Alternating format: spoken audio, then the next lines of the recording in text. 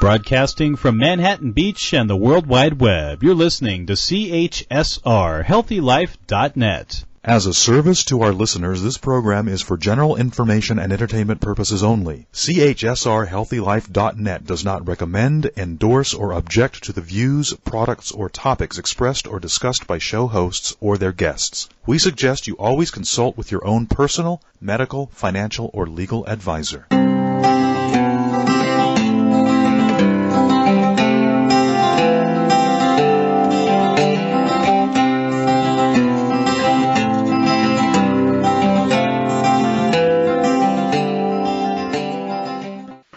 Listening to Guiding Stars Evolutionary Astrology Radio. This is your host, Kristin Fontana, and I'm here with my co-host, Rose Marcus from Vancouver, Canada. Welcome back, Rose. Hi, Kristin. Hi, everyone. Hello, all. And yes, we are sitting here at the end of July 2023 and offering you insights into the next month, this Leo season that we're in.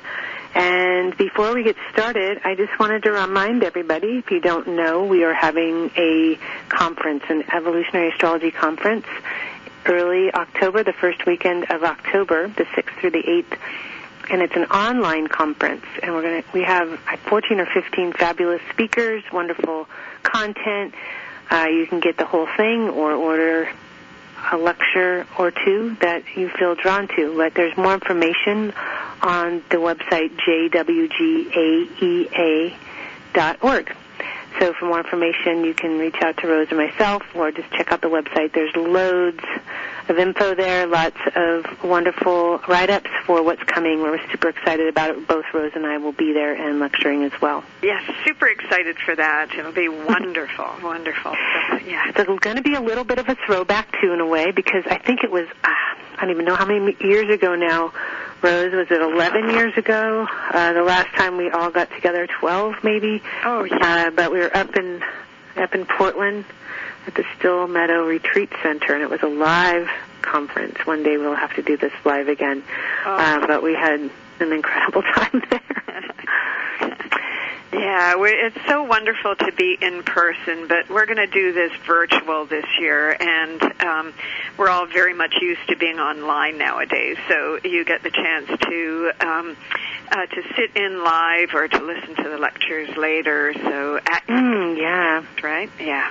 Well, yeah, in the comforts of your own home, and it doesn't cost for travel or hotel or any of that. It just becomes really affordable. And so, anyway, we're looking forward to seeing many of you there, and, there's just nothing like doing this work, I have to say.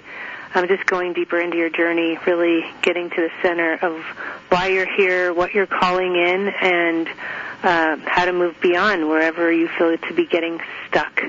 Is a big part of this work, I feel, because it is a soul work, and as souls, we all want to feel like we are moving in a direction. Nobody likes the marking time experience or the idling. Nobody likes the idle. I feel like as a planet, we're all experiencing what we call a skip step right now. Gosh.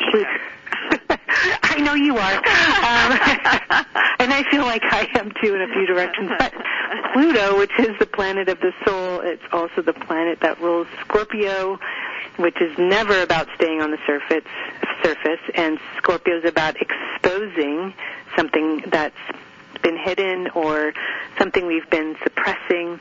It's in Capricorn, so if we've made choices to just go along with the masses or, to not ruffle any feathers, that's good luck now, right?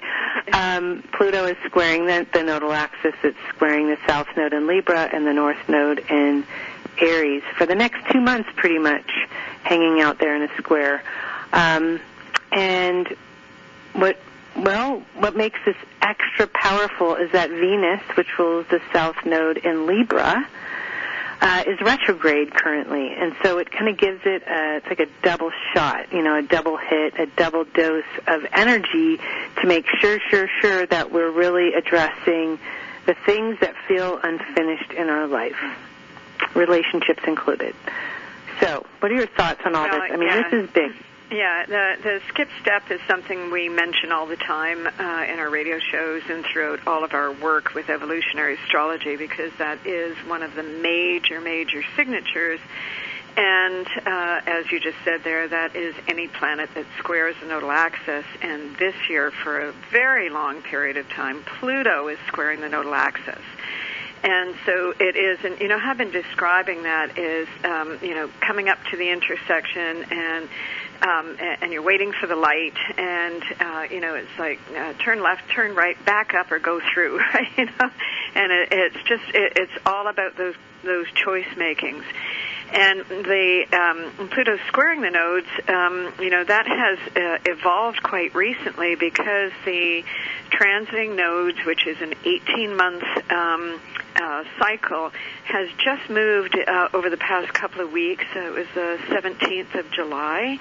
The nodal axis moved out of the sign polarity of Taurus and Scorpio and into Libra and Aries. And Kristin, and along with this, we have the Venus retrograde. So Venus is the ruling planet of two signs, Taurus and Libra. And so Venus was very a key planet. It's always a key planet, really, because Venus deals with everything that has value and meaning, and how you're resonating with that, and what you are resourcing from within yourself, and how that becomes the basis of your magnetic attraction, right? It's all that kind of dynamic. When Venus turns retrograde, the signaling out, the magnetic energy field around you becomes densified and intensified. It is a drawing in of energy. So it's kind of what happens with that vibrational magnetic force field is that it gets more specific. And Venus retrograde is a signature for calling forth anything that is unresolved in the nature of relationship, right? Just as you said a moment ago. Now, Venus for the past 18 months has been aligned with the one half of the nodal axis, the karmic axis, as I call it, the North Node. And that has been, kind of setting up the evolving point or the future point, or, helping us to evaluate in some kind of new way. And over this 18-month process, and that evaluation process has all been promoted by the experiential track that you've been on, whatever it is you've been facing. And over this period of time, that has been developing inside of you now that the nodal axis is switched. The south point, the south node, is Libra, and that is where Venus is sitting now. So everything that you have developed over this past 18 months come through this evaluation process. This is now going to be applied to the unfinished business of relationship. The evaluation process where you're at right now, taking that and applying it to relationships. I always say the Libra archetype is the you out there. That's me in relationship to my world. It's me in relationship to you, and me in relationship to them, and me in relationship to all of it. And as you do that, and Kristin, I want to ask you, because I noticed this the day that those things switch. Now, of course, it's very prominent on my chart, but as my Sun, Moon, or Aries, Libra, but I heard it from all my clients as well too. It is just an awareness of, this is what this is how I'm approaching that. Oh, wait a minute here. What kind of result do I want out of that? I'm getting some feedback from myself in terms of what's my motivation here? What are the results that I want to see when I approach you with whatever it is that I, and so on. And I immediately saw this evaluation process that was kind of bouncing back and forth. It is, what am I going to extract from me showing up in this way? And where in other times we're just spontaneously acting and reacting. I think that this nodal axis is giving more consciousness into taking a look at I don't want to keep doing it the same way. You know, you and I go around the same bend all the time, the same way. Wait a minute here. Maybe I should try something different. Right? Yeah, I mean, it's really, you're going from a fixed energy, which we had with Taurus and Scorpio, to a cardinal, and a cardinal wants movement. Yeah. I mean, even Libras are known for being fence-sitters and acquiescing and all of that, even being a cardinal sign. But that is the South Node in Libra. The North Node's in Aries, which definitely wants nothing to do with the past. In fact, a big challenge for a strong Aries energy is really not stopping to look back to see how far you've come or someone's come. You know, that's a strong Aries example. But with Pluto and Capricorn squaring the nodes, it's forcing you to stop and say, okay, what choices can I now make that will not create this repeat again? You know, what new energy can I bring, or where can I access the courage that I need to go beyond this fork in the road, or this intersection that I keep finding myself in? And so there is a faded flare to this energy. It's like it totally can feel like Groundhog's Day. I've had that experience already so many times. I can't believe, you know, I'm hearing something again or experiencing something again. Okay, wait, why is this showing up? And so I think, you know, for all of us, the big question becomes, you know, why have I created this in my life? Why am I calling this in? That's the question you ask yourself, because nothing is random. Nothing is a coincidence. And there is the law of cause and effect that is a reality.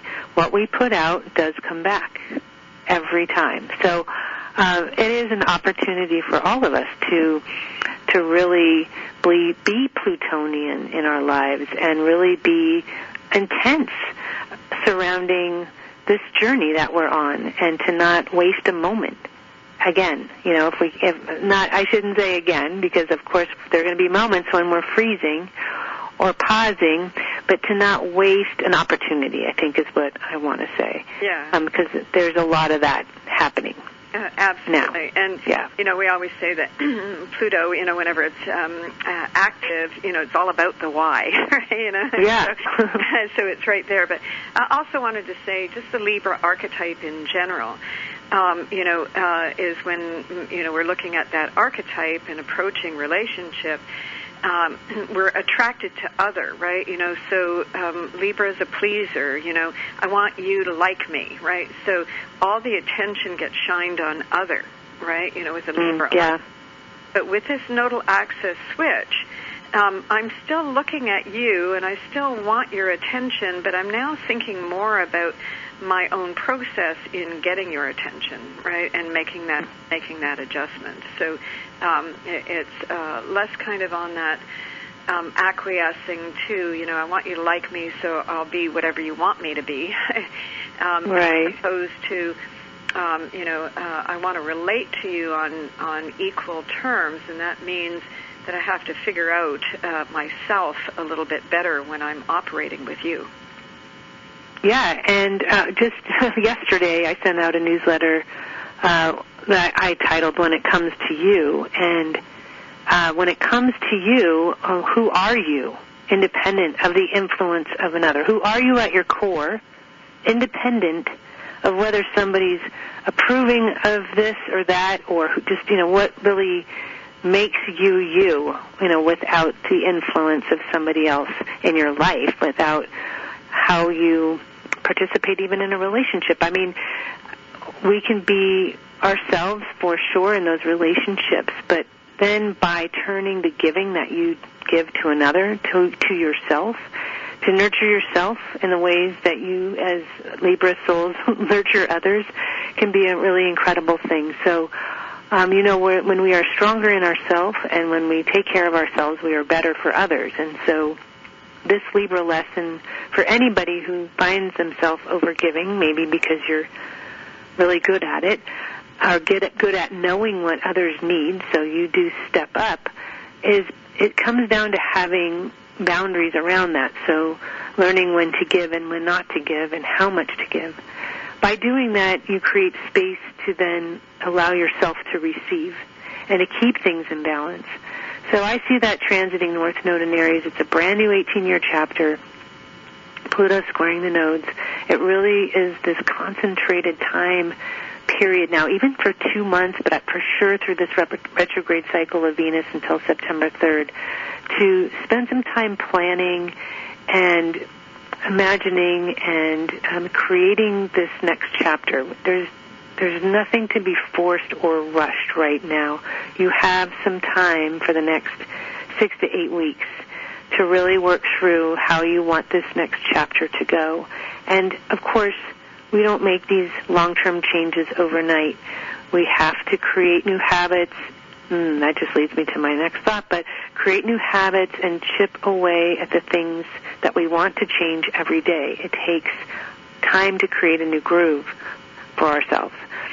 So, yeah. Yeah, and I was just going to say that the Aries point 2 is about a new subjectivity around what your essential needs are.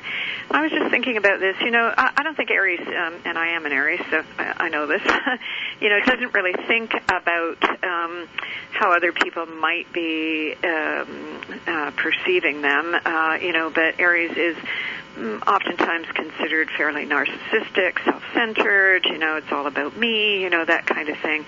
And I think this whole evaluation process over this next 18 months has very, very little to do, and especially, Venus is retrograde in the sign of Leo, the I am.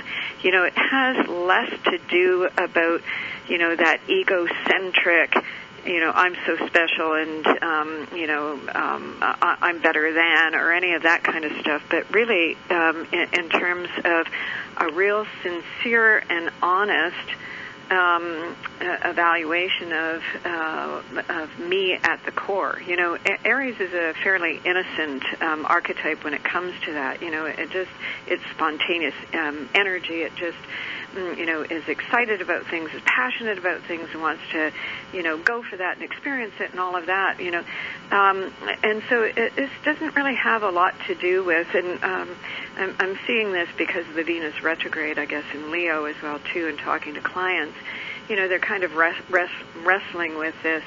Well, people think I'm all that, and, I had a client yesterday who, in a marketing thing that they want to make her into the person, right? Want to make her into a celebrity, so to speak.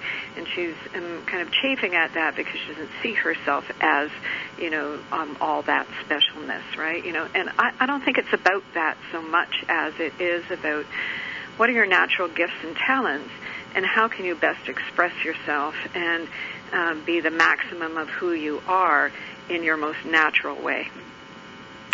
Yeah, I mean, in essence, Leo, and probably all the fire signs, Aries and Sagittarius included, but in particular Leo, the 5th house, is about that sense of a special destiny or sense of a purpose, a creative life purpose that, maybe you're already actualizing, but maybe you haven't. And so, it really is for us all a world and a life and a journey where we all need to have purpose while we're here and beyond our immediate environment. And it doesn't mean you have to be behind a camera, on film, on a stage, at a pulpit. It can be very private. It could be, how you reach people in, more intimate ways. It could be any number of things. But it is important to, now with Venus retrograde in Leo, which is, why am I here? What is my purpose? What is my purpose now? Perhaps you've actualized many things already in your life, but you've reached a point where you feel like you're ready for something new. And that is definitely Pluto and Capricorn squaring the nodes with Aries at the front there is, all right, these other things feel like they've run their course. I've, massaged them till they're done. I really, fertilized them, watered them, nurtured them, but I'm really ready for something new. And so Aries wants new. And so maybe you have to finish something you started. That's what you're feeling with Pluto and Capricorn squaring the nodes. Maybe a relationship's ending, and you're like, it's okay. We're both on the same page. We realize this is just not what we're both benefiting from anymore. Let's just button it up or do the paperwork and move on with our lives. I mean, I've seen that too, Rose, even in the last 2 weeks. Very objective about it, not even emotionally torn up about it. It's just this realization that, all right, it's time to move on. Let's do that. So there's a little bit of a lot of things going on in just about every direction, but the two areas are your relationship with yourself, your relationship with others, and your purpose here on Earth. Well, that's the checklist right there, isn't it? Yeah. Yeah, absolutely. It's really about recentering and self-centering in the most positive of ways. Yes, definitely. Now, I had a clue a little earlier because I was talking about changing habits. If your tendency is to give to others, what do they need? That's the first thing you think of when you wake up. Maybe you're caring for somebody else. Maybe somebody else really needs you again and again and again. But when you wake up now every day, it's important to first think about, what do I need? What do I need in order to be in balance today? So I can give to this person or that person. It has to start there. So in terms of habit changes, Mars, which rules the North Node in Aries, the North Node is pulling us into our future. Aries is ruled by Mars, and it is in Virgo right now. Virgo is trining Jupiter. Love this transit.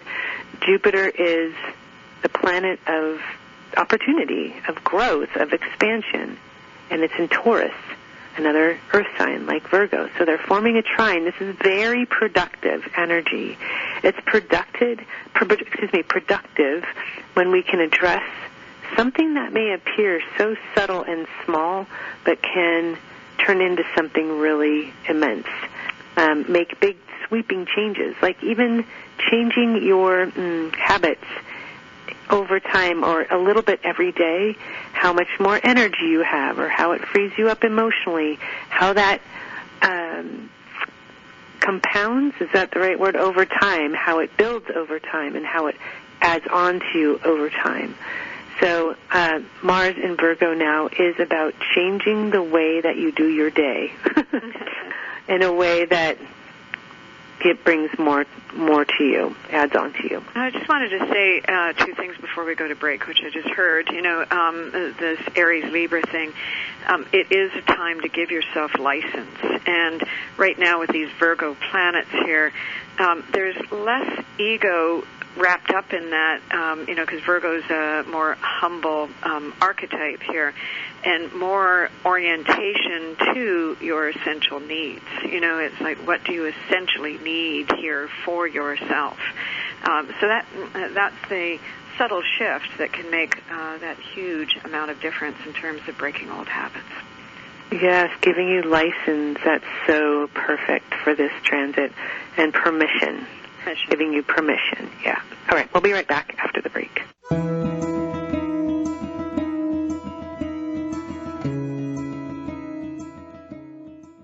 Find out about Kristin Fontana and get your free weekly astrological forecast on her website, KristinFontana.com. Read articles written by the founder of evolutionary astrology, Jeffrey Wolf Green.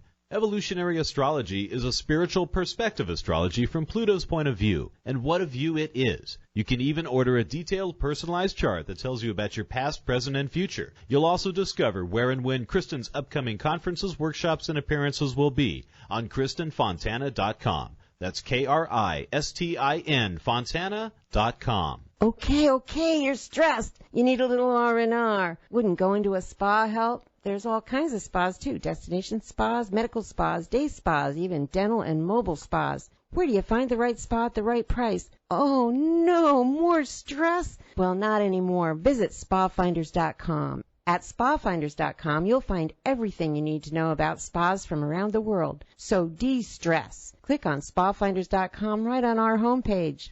Ah, I'm feeling relaxed already. HealthyLife.net, the positive radio network.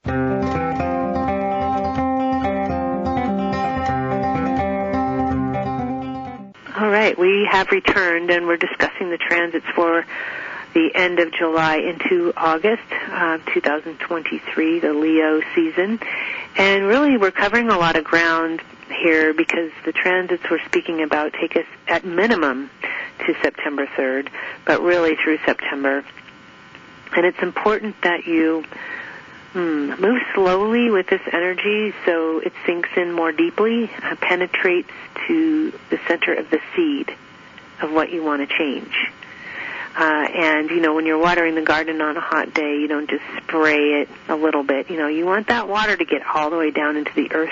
You really want to give it what it needs. And so give yourself the time that you need to know for sure the direction you want to go. Well, and Venus retrograde is all about feeling your way along, isn't it? Mm-hmm. Yeah. Yes. And to know what you want in your life and the direction you want to go, to know is Jupiter. It's Sagittarius. It's the truth of something, right? So you know it. It's true. It's not about belief. Your body is telling you, Mars in Virgo, trine Jupiter in Taurus, it is telling you through your body, through your instinct, what feels best. Your senses are very alive. They're communicating to you. With especially the senses connect to Venus, right? It's as the ruler for Taurus, as your senses. How does it feel for you when you imagine changing this part of your future or that part of your future? And how long have you given someone a chance? How many times have you given someone a chance in a relationship? And they keep promising you they're going to change, and they don't. Do you keep giving them in the same way, hoping one day they will change? Or do you change the way that you give? Or do you remove yourself altogether? I mean, these are all questions to be asking yourself. Anybody in any kind of relationship. So the key is a balancing act that you can look back in your life and feel proud of. I mean, you feel good about. And sometimes the best choices don't always feel the best. This is that supreme form of giving we talk about when we're looking at Libra. And sometimes by appearing not to give, and it doesn't mean you don't give at all. It just means that you're a little bit more moderate, perhaps, or there's limits to how much you're giving. And what this does is it creates a space between you and that other person, a space for change. But if they're always expecting you to be there no matter what, why would they change? Right. So creating space for them to evolve as well.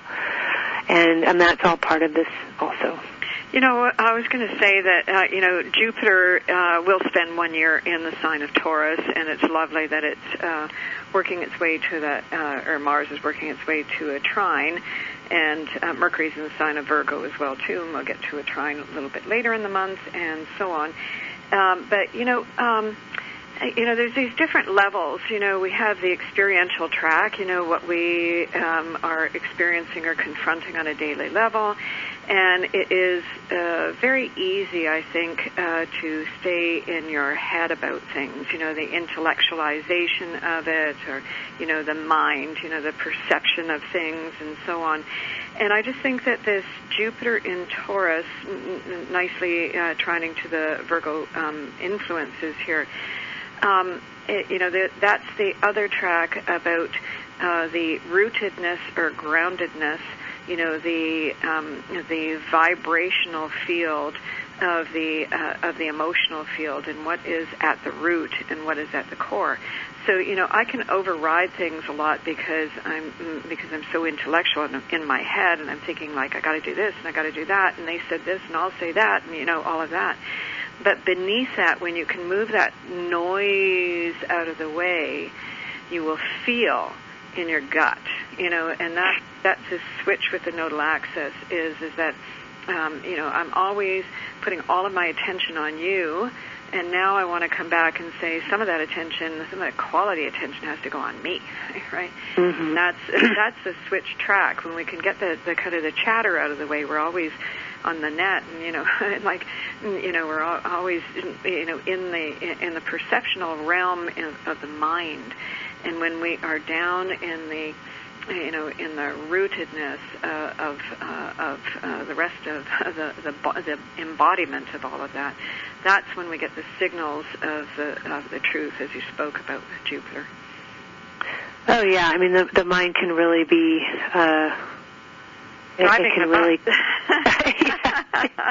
it can make things really crowded, overcrowded, right, in our life, and it really can get in the way of what really matters ultimately. It kind of reminds me of having a things to do list. It's so long, and you know, maybe you're starting to work on the things that they're just tedious tasks. They're not really central to your well-being, your growth, and maybe number one on that list is taking a hike or a meditation, you know, but you're working on all these other Virgo things that are distracting you from the center of what's most important every day. So again, this is a vital time for habits changing, and I can't even think of two better planets in the signs that they're in, Mars and Virgo, trine Jupiter and Taurus, than to really lay a new foundation for yourself that supports feeling better. And when we feel better, we do better. When we feel better, you know, life is, you know,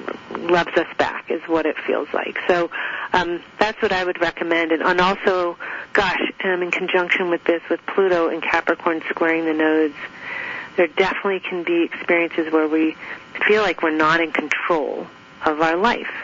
There are things beyond our control, and all of us have these experiences, right? So if there are things that are beyond your control, whether there's a loved one who is sick or a relationship that is ending and the other person doesn't want to stay in that relationship, again, things that you're feeling are beyond your control, the way to a better feeling of health and even unconditional love is to take the time for yourself, is to give yourself what you need, and even have something to look forward to for yourself every day that you actually are in control of.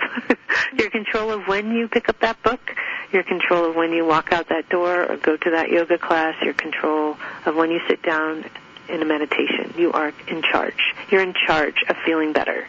You are in charge. Absolutely. And we are recording this just a few days before, and it will air just a couple of days before August rolls in.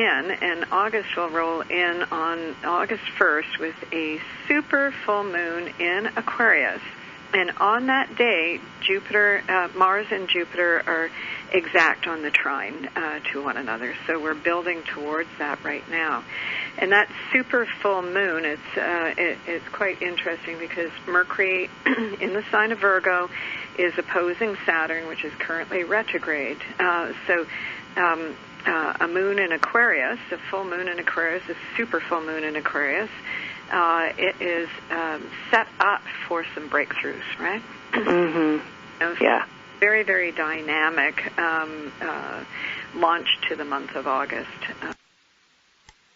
Yeah, that's August 1st, and that's a really interesting pairing. There's three very powerful signatures that day, and the way to understand it is not to say, oh my goodness, a full moon in Aquarius, what's going to happen? What are the other things going on that day? We've already been talking about Mars trining Jupiter, and Mercury, which rules Mars and Virgo, opposing Saturn. Saturn rules Pluto and Capricorn, which is squaring the nodes. What this means, simply said, is that when Mercury opposes Saturn, you are going to bump up against your own resistance for that growth. Maybe fears will surface because you're wanting to say something or ask for something, asking for what you need, or asking for that raise, or asking, verbalizing it, Mercury. But there's a fear, and it does require belief in yourself. With Mercury and Virgo, you know, we can undermine ourselves through our thoughts. So really being able to say, I want this change, and I'm going to emotionally immerse myself in these waters of the change that I see for myself and the liberation that I'm going to feel when I have it. So really take a risk in whatever area you feel you need to. That is Mars trine Jupiter. When you do take a risk, there will be a bold benefit. All right, we'll be right back after the break.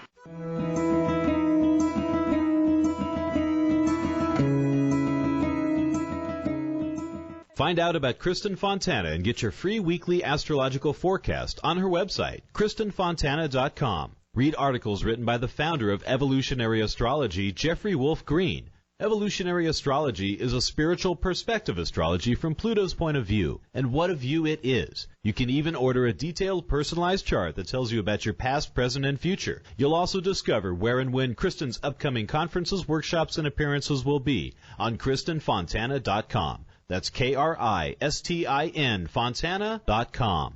HealthyLife.net, where positive overcomes negative.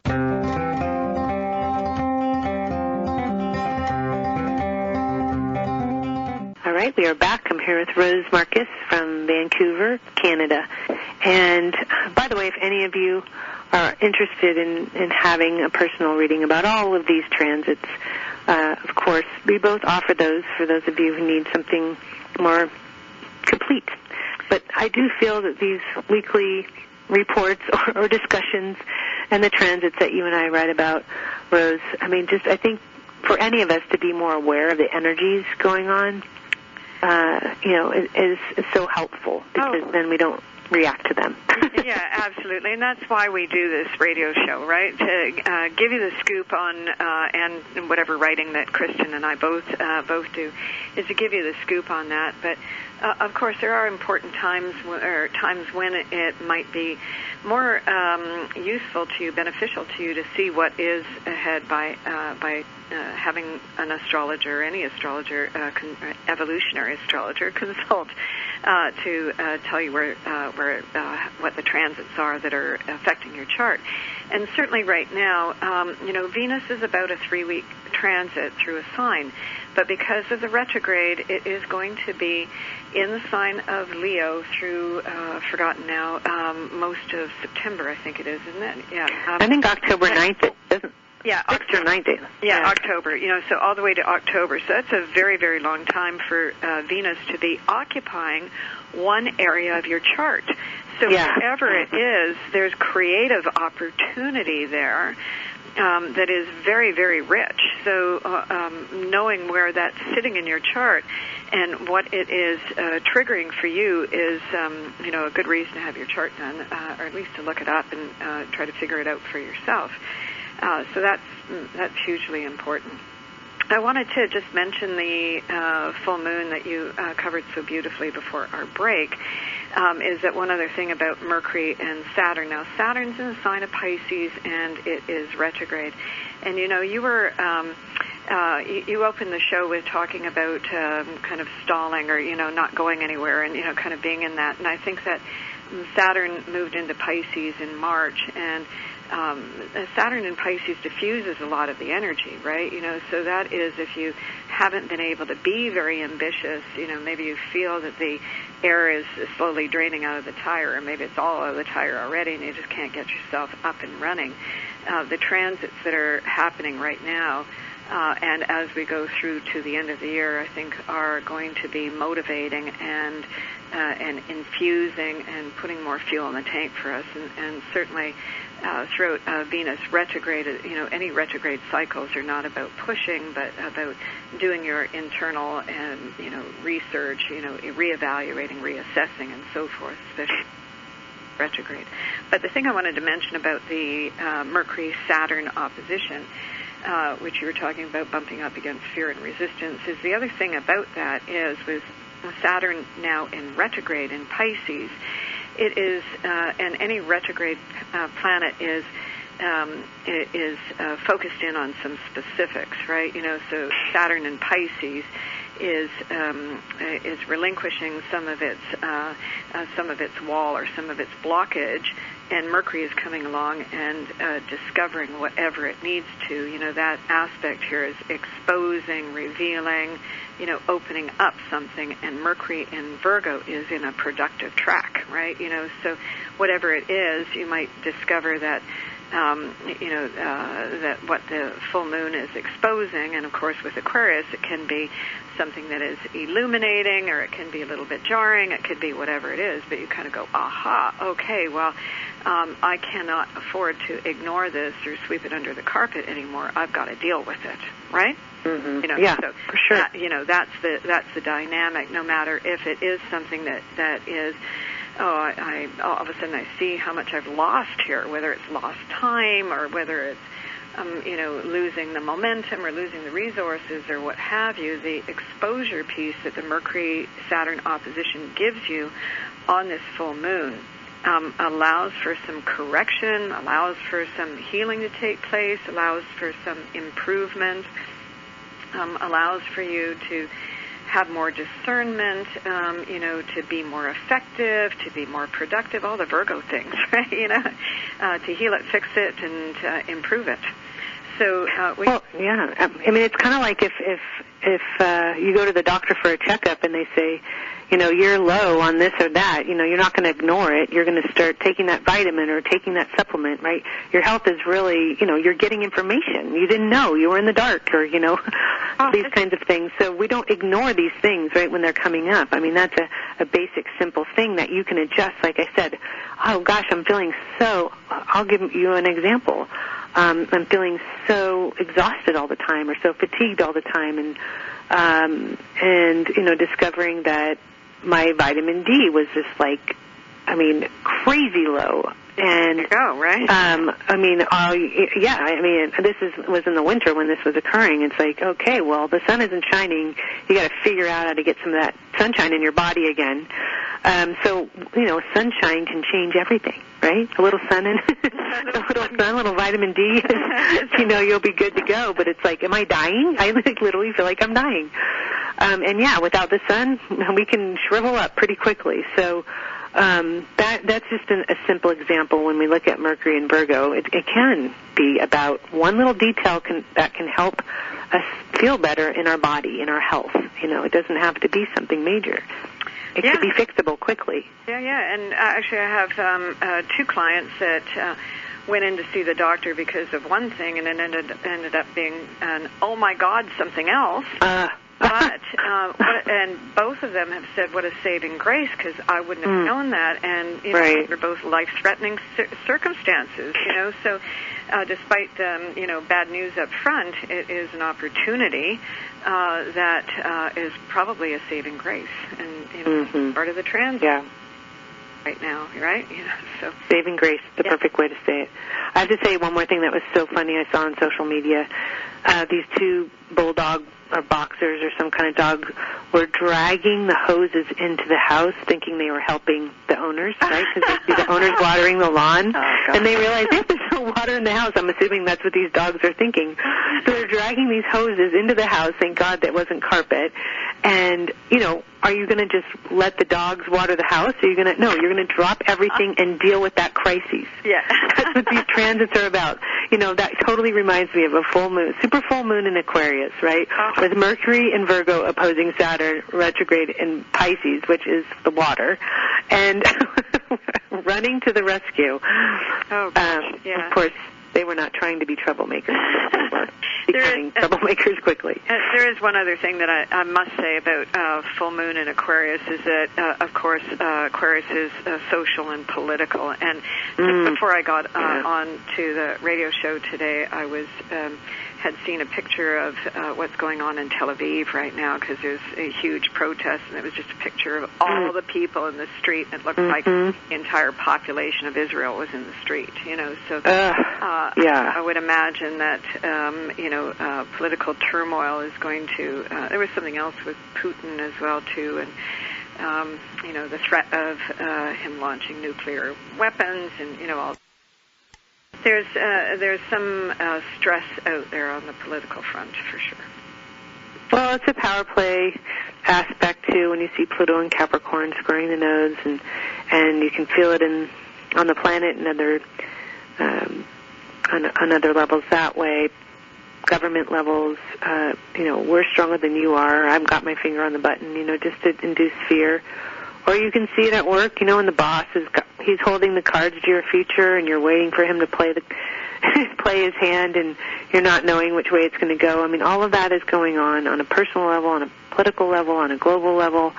So it's important that we don't stoke the fear. Right.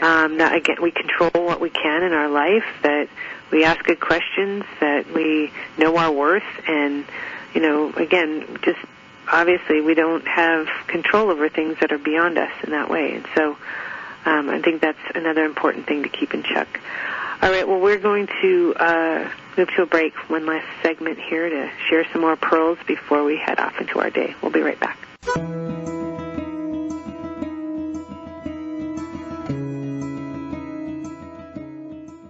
Find out about Kristin Fontana and get your free weekly astrological forecast on her website, KristinFontana.com. Read articles written by the founder of evolutionary astrology, Jeffrey Wolf Green. Evolutionary astrology is a spiritual perspective astrology from Pluto's point of view, and what a view it is. You can even order a detailed personalized chart that tells you about your past, present, and future. You'll also discover where and when Kristin's upcoming conferences, workshops, and appearances will be on KristinFontana.com. That's Kristin, Fontana.com. If you're like the 8 out of 10 women that say finding jeans that fit is a problem, well, your problem is solved. Lee Jeans has done extensive research, and they have jeans that fit. There's even an online Lee Fit Finder so you can find the right fit for you. Imagine jeans that instantly slim you with a custom fit and no gap waistband. And guys, kids, Lee has jeans for you too. Click through to Lee's Jeans on the HealthyLife.net advertiser page and get what fits. Take one step towards spirit. Spirit will take 1,000 steps toward you. Come explore the world of evolutionary astrology with Rose Marcus. Rose Marcus is well known for her heartfelt passion, sensitive counseling skills, and dedication to helping others. You can now study evolutionary astrology from the comfort of your own home through live teleconference classes with Rose. To register for the next Evolutionary Astrology School, to read your in-depth monthly horoscope, or to book a private astrology with Rose Marcus, please visit her website, www.rosemarcus.com. Oh, man, it never fails. My suitcase just got ripped apart. Life is a journey. Make it a pleasant one. Use Samsonite. You know the name. For almost a century, Samsonite luggage has proved itself to be the worldwide leader in innovative travel solutions. Let it be yours. Visit HealthyLife.net's affiliate Samsonite on our homepage and click to look at the fine luggage from suitcases to golf travel bags. And don't forget, take a look at their travel accessories. Make life a journey, a pleasant one. HealthyLife.net, the positive radio network.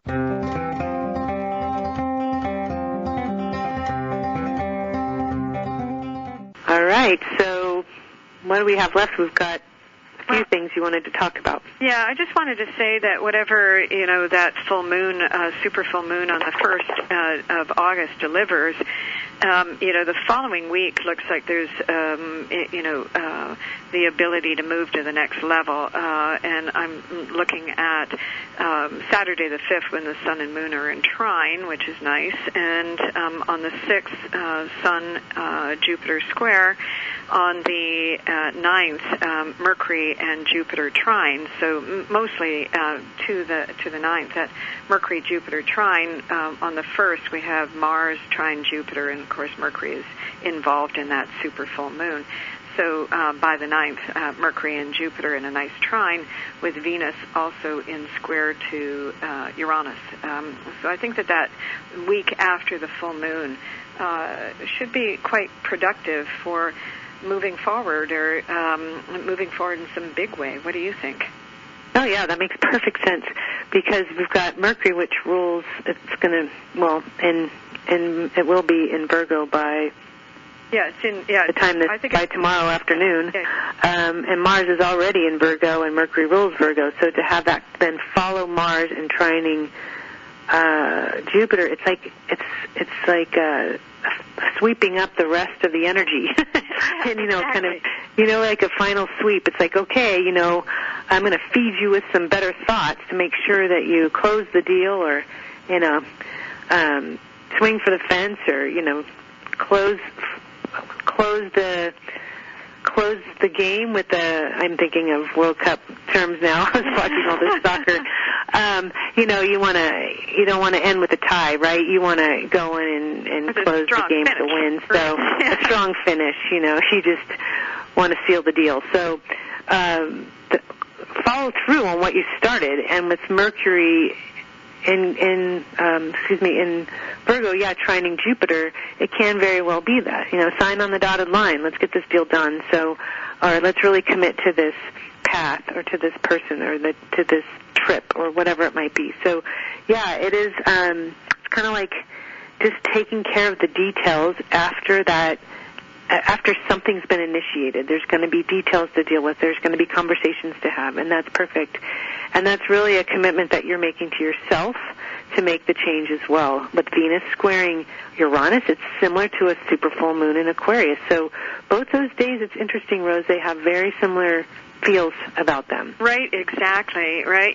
So you have the support of the stars in following that super full moon, and that week of the 6th. I think you have the support of the stars setting up optimization for you moving forward in whatever way you can for yourself, right? And I just also want to mention, by the way, we're going to talk about this next month, but there's a super full moon at the end of August on the 30th.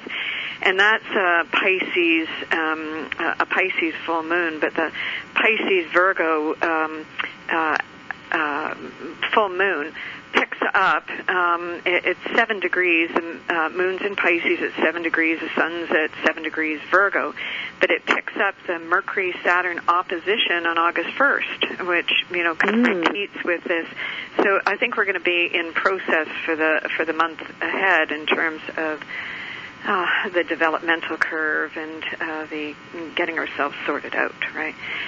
Yeah, and once again, as I said, you don't need to be in a rush. I mean, this is when we are discovering more about ourselves, what we need, what needs to be adjusted, and that super full moon will show you, I went too far in this direction, I need to pull back here, give a little more today, whatever it is that you need to make adjustments with, whether, again, it's your health or a relationship or your work.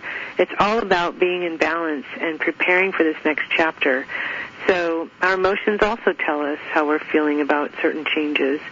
And, of course, we're going to feel unsettled if we're making some radical shift or leaving a career we've had for 30 years or whatever else it might be. So I think it'll be an easier way to proceed when you allow yourself to give this time, to give this a little more time. Well, and and also it goes along with this nodal axis shift into Libra Aries. Whenever you have Libra Aries emphasized, first of all, the Venus retrograde is about feeling your way along, about responding to what's going on the inner plane. But when you're talking about Libra and Aries, the pacing of Libra Aries is involvement, action, involvement, pullback. And, it is in the pause moments when, it's the experiential track. I just went out today and I had this experience and I had this conversation with you and blah, blah, blah, and that was all that. But I come home and now I start to think about it and I get these downloads, right? That's about feeling your way along, right? It's, right. Give yourself the time out moments or the time alone moments or separate yourself out. It is in those moments when you have the greatest clarity or when things fall into place and you start to see the whole picture instead of the bits and pieces of it and so on, right? Yes. Keep to that pacing. Let's talk about the Sun-Venus conjunction that you wanted. Yeah. So this is, I want to bring this up again. I think I talked about it last month. I'll probably talk about it again. I just wrote about it. But any planet in retrograde is that planet's relationship to the Sun, right? From where we're positioned on Earth. And on the 13th of August, this is really important, Sun and Venus conjoin. So that is the conjunction. Now that's the midpoint peak of the the Venus retrograde cycle. That's the 13th. So what essentially happens is, and that is the inferior conjunction. The inferior conjunction lines up, we're standing on Earth and Venus is closest to us and then the Sun. When we have a superior conjunction, Venus is in direct motion and it's on the far side, so the lineup goes Earth, Sun, Venus. So an inferior conjunction is like starting a new phase Venus. It's like it starts the next 9-month cycle. And so between now and August 13, we're in a culminating pattern or in a kind of a balsamic relationship of Venus and Sun, right? For those who know phasal relationships, but it's a closure and culmination piece. And again, Venus retrograde is about revisiting the unfinished business. So, and and Venus retrograde is a fate and destiny-producing cycle. So whatever the resonance is between now and the 13th, it is opening up something that that your soul is desiring to take to the next level, right? And there's a lot of necessity to reassess, to feel your way along, to review that again, whatever it might be. From the 13th forward, and this is the way I've been describing it, before the 13th, Venus is kind of in her yin phase, going in, and after the 13th, she's in her yang phase.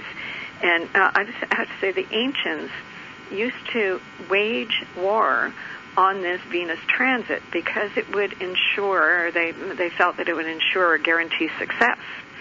So that Venus-Sun conjunction moving forward, and in the days that follow, on the 15th, Sun, Uranus are in square, and Jupiter's in square to Moon, Jupiter square as well too, which is kind of increases thing. And on the 16th, we have a new moon with Mars trine Uranus. The few days that follow, there's quite a lot. Venus on the 14th is trining Chiron as well too. So from the 13th to about the 16th, I think that's a really potent few days for launching, for instigating, for affirming, for setting intention, and so forth. And I just wanted to offer that out, because Venus and the Sun together, it's a wonderful transit for getting in touch, right? For affirming and setting intention, we do that on a new moon anyway, and with Mars, which is about moving forward, trining Uranus, on the 16th, on the new moon in Leo, that feels like a powerful day as well, because it's like the 13th, 14th, 15th, boom, 16th, there's your new moon, there's the lift. Yes. Because right before a new moon, sometimes we can feel a little bit clouded or just emotional and not quite sure or clear. Quick question, the ancients. Yes. So did they look to wage war when Venus was in an inferior conjunction or a superior? Yeah, at this August 13th date, when Venus was conjunct the Sun in its retrograde motion, right? All right. This is when that happened, right? So take a page out of that. Let's hope that no ancients are alive today to want to do that. Well, it is about waging war, but it is about being assertive and initiating, right? Exactly. And that's new phase. New phase Venus goes for the next 9 months. Of course, whenever a phasal relationship is starting, is very potent at where it is. And perhaps many listeners who have been studying out there will know that August 13th date has been called the Venus star point date, and that's because Venus forms over 8 years in her rotation this 5-pointed star, and so that Leo point on the 13th is one of the points in that 5-pointed star. There's a lot of information out there on that, Okay. It's not evolutionary astrology, but the conjunction is very, very important. So watch that, all right. Plan for it, and do something to launch yourself. I think one way to really kind of tie this as a bow before we go is that Venus is like a bridge for us, and we could be standing there looking at the river of all this emotion or all of this stuff you need to deal with, and you're wondering, how in the heck am I going to cross this river? I need to be over there. And that a lot's coming up. It's a super full moon in Aquarius potentially, but Venus is a bridge, and will help you build a bridge with Pluto and Capricorn squaring the nodes. So just allow the energy to reveal what needs to be revealed for you, and you will find a way across. Thank you so much, Rose. This is a fantastic show. I'm super excited about all that you shared in the recent several minutes, because now I'm going to start looking into some of these things, these pearls. So the next 9 months, Venus is in a new phase, you said. Yes, in its new phase, so the next 9 months, Venus runs in 9-month cycles, right? Right. This is so at the starting point. Yeah. On the 13th is the big push. All right, so anytime there's a new beginning, that's like an exclamation point. This is your moment, this is your month, and we wish you all the best, and your evolution and to your joy and to taking care of yourself every day. Until next time, namaste.